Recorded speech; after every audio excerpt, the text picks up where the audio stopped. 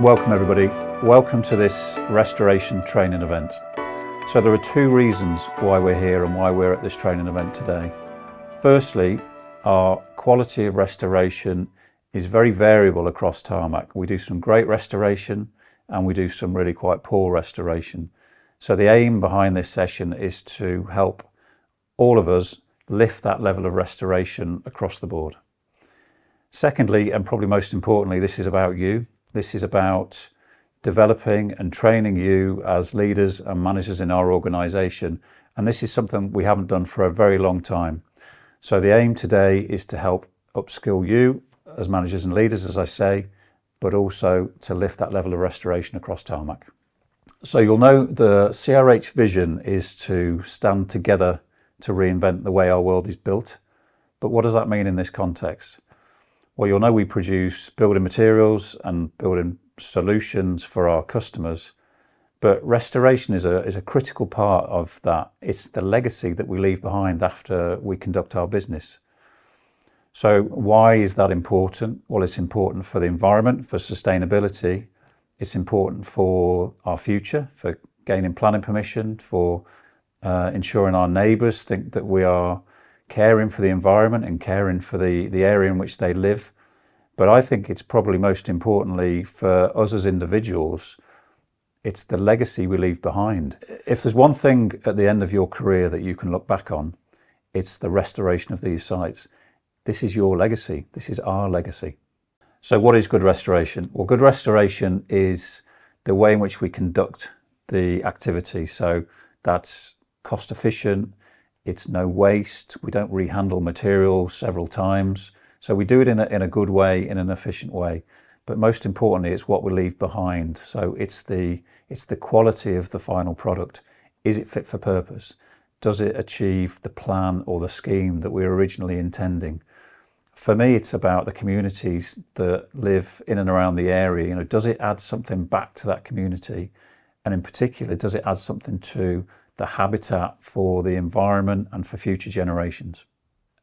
I've had the fortune to have been involved in a number of restorations over the years, whether that be the creation of woodlands, the creation of wetland habitats, or the creation of community centres for people that live in and around our sites.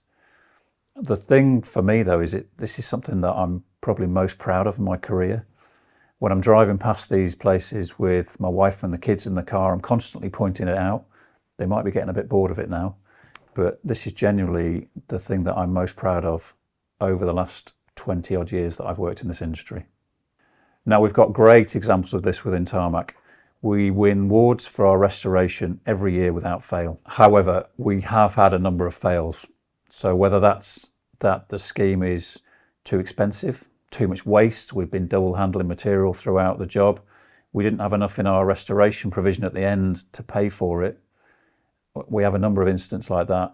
Probably more concerningly though are the restoration schemes that are just not fit for purpose. The landowner isn't happy with what we hand back. The local community aren't happy with the level of restoration that we produce.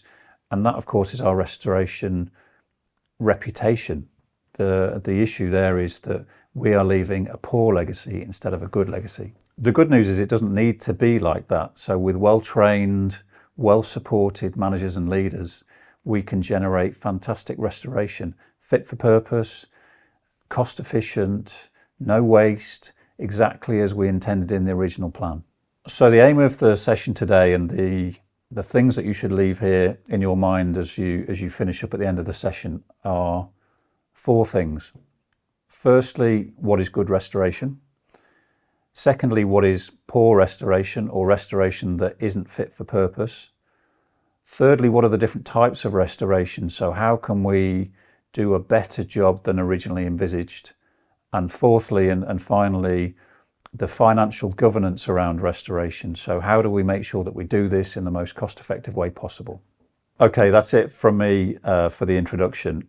Now, I know you can't necessarily tell because I'm sat in front of a camera trying to deliver a message with the lens looking straight at me, but this is something that I am genuinely passionate about.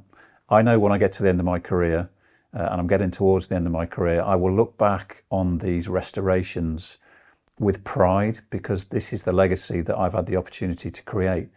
So I'm hoping you get to feel the same. It's within your gift, it's within your power.